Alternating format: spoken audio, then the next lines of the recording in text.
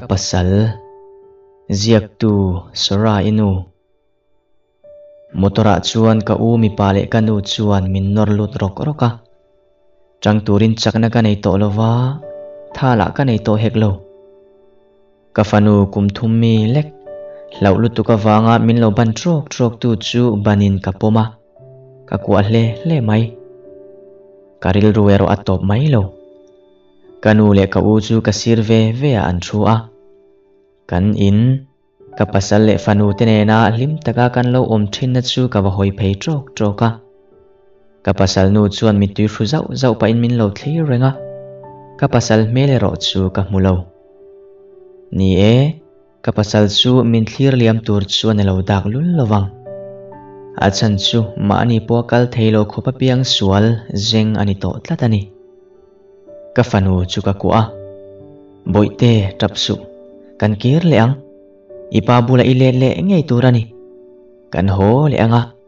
lim taken kan om ho leang katiril rumol mola kami tui chu aron fara ma se ka tap thei to lo tra vak hian so namin peni se tuna po ka pasal bula omin ka kuanga lungchim taka fopin ka mangai Ziaktu ka hril ngeyang ma se tra hian so namin pelova ka tap man heklo ka pasal bula kirle turin rilru nget tak siamin kain humru trau zo kani motor chu atlana kanin chu hoile trok in kathira ala tela ate tel bok kalung chele mai kamitui atling pambok ni he ina hian ka khovel bul chu ain tana ka pasal nen ka fanu nen kum nga zet chu tu dang ma odbik lovin hlim takin kan khovel chu kan lo mangveta kanin hau ngai lova kan khovel chu anwamin be seina tam tak nen kan lo khosave thin kha ania kamit ka khap saka kamit tui choron perdeu sok karilu nalutuk chu kain serua kain humrua ka thoko kok bok kanu tongri chuan ka ngai tuan atangin minron ti har zok mai kanu hi trong du tak nui du tak le trong siam thin tu po betra kom thei vek chi ani a ma se du lo zong le apoi soi pal chuan nu rap thla ka an soi tu ma za pa lem lo nu pakhat chu atling ve ani mami tikana felani mai itana thatur bak I chhungte hian kan du ngai lova fa pakhat chawin la nei boka in tinula le anga email te po thra a pasal thata ki nei le do na lom zuala tuna ka pasal zuala hi zong tuna chuan piang sual ani to a itan phurit mai ni kan khonga iwang che ani hetia kan ti ni aron ti a kanu tongkam chuan min tina tak zet ka chhang theilo tong chuak turin chakna ka nei lova chap tur pon chakna ka nei bok heklo ka thin lung nalutuk chu thi dai mai ka chaka ma se ka fanu mu hil bem mel chuan dam min ti chak lia bok si ka pasal chu piang sual ti na soyamo kanu mani se khati lai ka huat jele ka ten zia kha ni ka pasal chu piang sual ani mana ma se ka tan chuan piang sual ani ngai lo ka pasal ani a ka mangai na pung sot zo ka sin adu wanga piang sual ani big lova avan duai pala atong pala ni mai motor chu speed ngai na tlan zela kamut chu chuak tak zetani mana kalo mutlap lap maya tlai darli vela chuan kan in chu kan thlenga chopo ka ei peilo kain bual peilova ruma chuan ka luta khuma chuan kamu hlom top kamu chuak la chu are tela ka pasal ka kalsan tak kha ka ngai to a engtin tak omang mo aril runa dan tur zong ka reveka ti the nei der silo kapa in kanu bula in lo hruai thei po ka ring lova zuala chuan kaltir lo phal ve mai bokem ni tia kanu azo laia kanu tongkam chuan min tina hle mai zuala chu kan vawlo na saboka a hlau ve niang engma buana om em lovin kan lo ho the ni hi kamit tui chu alo luang nge ya nep ka vahan in ti tak em ka pasal ka kalsan mai kha ma ze ti thei kan nei lo ve a thapui manga min nor kha ani miao si a karil runa lutuk chu karum chuak hok hial chuta kanu bok chuan hunara langa kan chunga ala lom tel mayang Pasalṭha deuh nei se tun hun te zong angai teuh lo mai ala tita deuh le ngal pasal dang ka neanga ka pasal ka phat sanang mo ka pasal hi ko hrandan puitling ngata ka nei le pathian ma thu meu tiama ka ne sin chu bo chia in pathian po za zo lovin ka phat san thei don em ni e tuna ka pasal hi ka chhungte lung thluzan lo khan ko hrandan puitling ngatin ka nei kha ania anua male reoma po vuan tlat turin ka intiam to asin tuna kan thu tiam chu ka bo cheta si ma se enge ti thei ka nei chuan hunarala nieliam zela kariru reom na chuan min kian san ngai si lo ka pasal ka phona switch off ain tireng boxi achungte ka phona switch off ain ti lo le tu man phone an pick up ngai boxi lo ka bedon na chu azwalin ka chawta em maya ka chungte la chuan ka chelek hi zel tang veng ang mai hian min vengin min en thlareng mai si ti chuan hunaral zela ka phone te hial min da bo saka ka bedong thinlut tuk chu thi mai ka chak ka pasal ka ngai ema minute tin hian ka ngai tu a he khovela hian ka hmule angem ka tel lovin adam zowangem min mamo a ken ka mamo boka ma se kanin thren chu ani si ka kalsan don ti kha ani chuan kar khat malama khana lo hrelok vek to a ma se tinge engma min thrilo min thril ta se chuan ka theina zong nen ka tlan bo pui mai tur ti ten kan ngai tu a thin o kha zan lung chiat thlak takha kanu in an thutluk na min thril laya ka ham hai ziale makati zia kha ka pasal hi ka then theilo pathian ma thu meu tiamin anuama po a hreoma po ti in ka tiama ka vuan tlat don ani ka ti laya ka uin na taka ka maya aben khan tinge ka lo do mai le zuala chu wheelchair in alo in nor kala kanu chuan kha zuala lo hril fiaro ti in ka unen khan ruma tangin min chhuah sana khata zuala thu soi khan min van deng na te lul em Linda ka mangai lo wang che ani lo ti hria thiam karing ka mangai wang jok che in min kalsan la nun thar chan ro ke chu hei I mu angin piang sual mai kani to a itan phur rit mai kani angoi wanga a thodeu haka akude ro chu hum ru hle ti ka hria nilo zuala ka kalsan theilo che ani ka pasalini a pathian ma ko hrante hriat puin thu kan tiam to katan hian piang suali nilo ka pasal ka mangai le ka dam chani ni asin ka kalsan don lo che kati kan ngoi wanga kan thori le lung phuero aring hle zuala kati tham tria ka min chang lo ain seru a min en hek lo du tak nilo Linda naktu ka inu terwalin hoang che ka mamo to lo che haron ti takhol mai ni kha ka pasal lampan chuan ka tol pheirua ka nilo du tak chu tiang thu seisu ka kalsan thailo che ani iti tak lo tiro ti in ka ku a ka in nit hlop zuala iti der tiro ka pasal chungoi rengin ain hera min chu asana ka tap hlop kanu ka pasal nu chu lo lutin min lo ku a mami thil thlen dan hi amak ka ti khop mai ka hre thiam lovani ti theila ka ne box si lo min dem su o aron ti a kanu tinge nei lo kanu te hidang la min pui ram ro tin ka ngen chiama ma se ti thei kha nei tlem em takani kanu chuan thilom zia min hrila kanu ten ka pasala an vau thu te chu min hril ta veka ma se Linda ka fa pa hin a mangai lo ngai lo che asin chu shereng ro o I ho anga nang po thatta kanungin pasal thatta kinenga tun hun hi ngai hau lawang fanu ang tak takin ka en che a minen kol dan le ka fa pa ian kol dan ate hian vuina tur ka hrengai lo ka fakin ka chuang thin che a I chung te thil ti dan hi du lo hle ma ila kini chuan ti thei kan nei lovani chan che zo kani a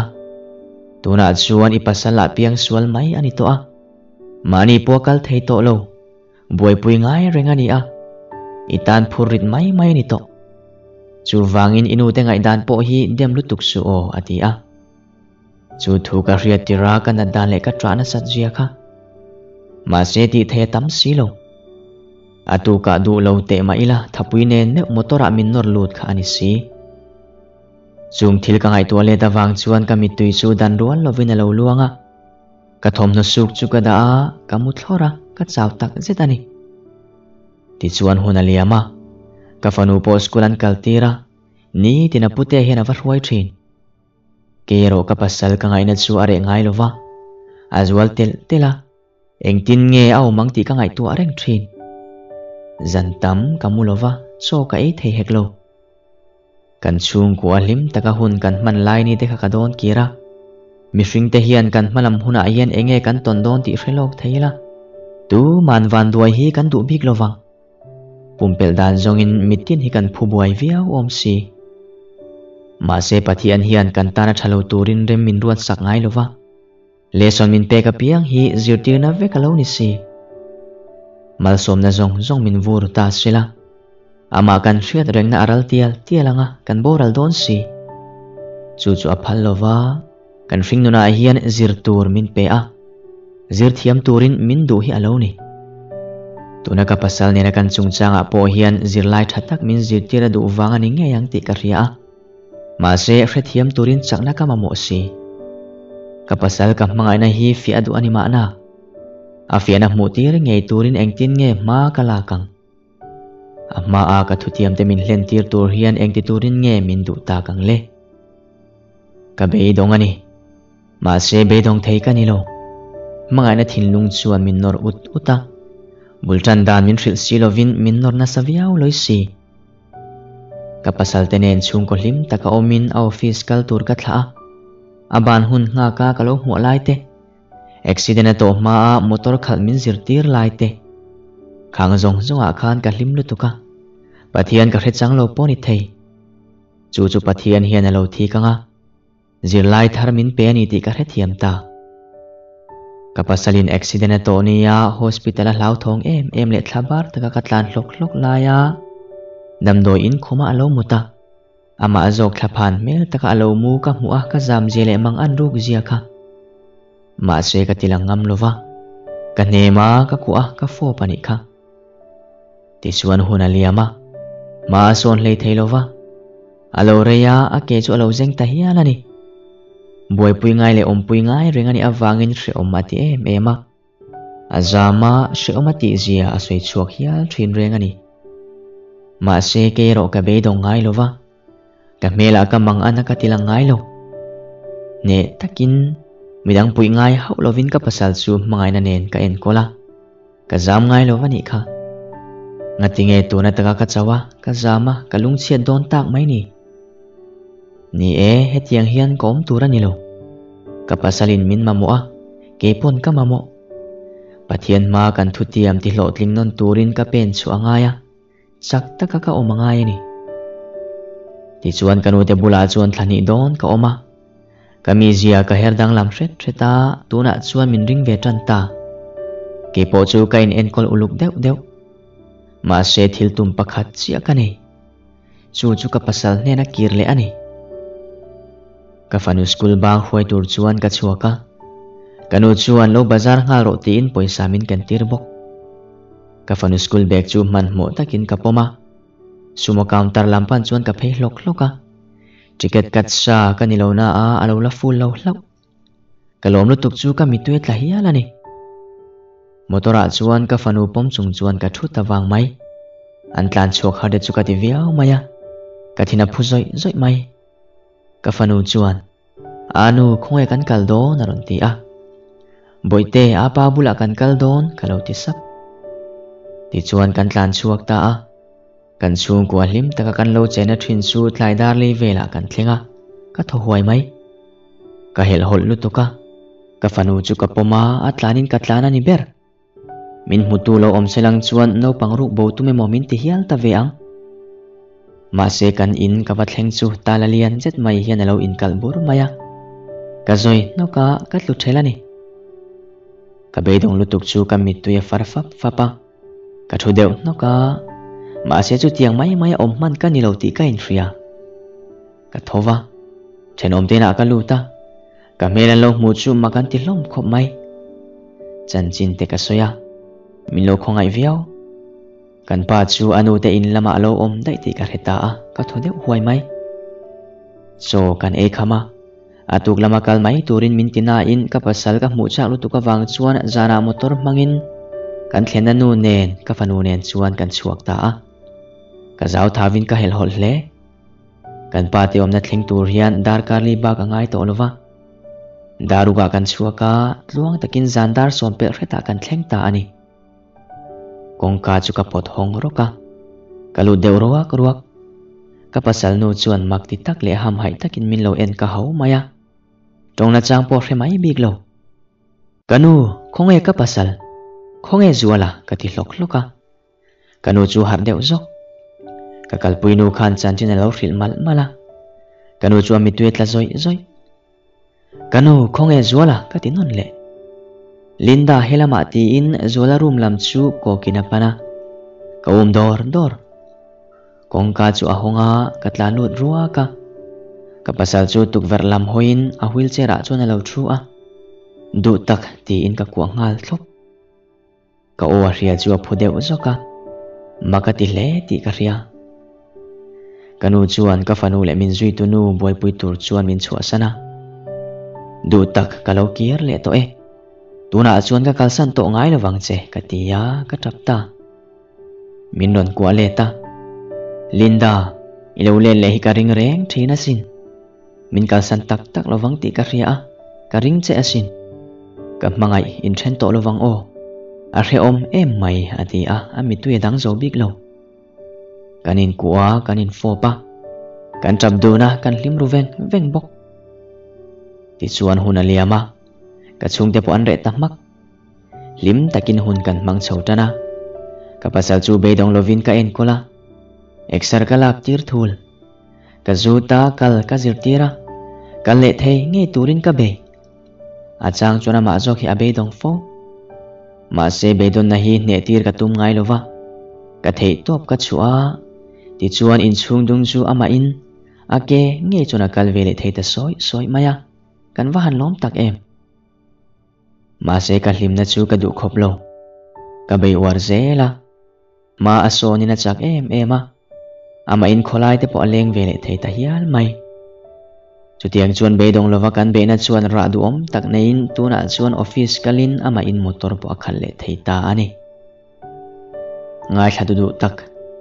pathian ma a ko khan ho hriat puina a ithu tiam kha inu pui pasal laka i hlen ve em ani le inat na te itona te kha in ne tir mai nge keim ang hian chel taka tuari ni beilet ve zo ni in mai na chuan ti theilowan soipo hi ati thei fo thina sin mangai na dik takin ikopui kha mangai la bedona ero chu lo in ne tir ngai su o jing ni chok chu amoi hle mai ka pasal bianga fop zeu pa in voin chu motor khat min zirti ro o ti in ka tho kang uaya ani chuan ka mangai lutuk che ti in ka bianga min lo fop leta kanin ena kanin nuita sen mai atop ta